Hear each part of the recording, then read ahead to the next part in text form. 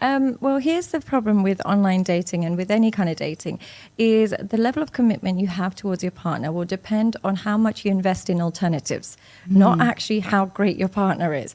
So what I mean by this is if I make a decision to love and adore, just be with my husband and avoid alternatives and focus on that person, then that commitment can become something. Right. But without that mindset, it will always be diluted. The connection will always be diluted. Now, the problem with online dating is it makes you focus on alternatives. So couples that break up or couples that end up cheating are couples that will always imagine what life with an alternative would be like. So they'd be like, I wish I was with a man who's more mature, or a man would say, I wish I was with a girl who is younger, or something like that. They're constantly imagining the alternatives.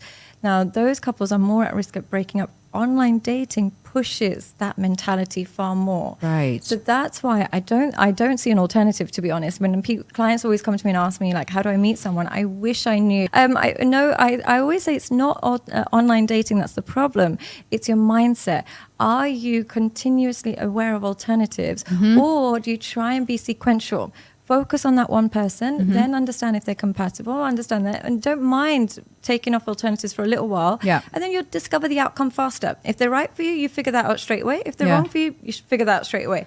But by diluting it and seeing 3, 4, 5 different people all the time or going straight back on the app, you don't know who is the compatible partner. And that's what I think is a problem with alternatives. What I mean by that is they get into the habit of the beginning stages of relationships and forget the habits of the long-term parts of relationships. And the beginning stages is dressing up, going on a date, knowing what to talk about, you know, putting on your best face.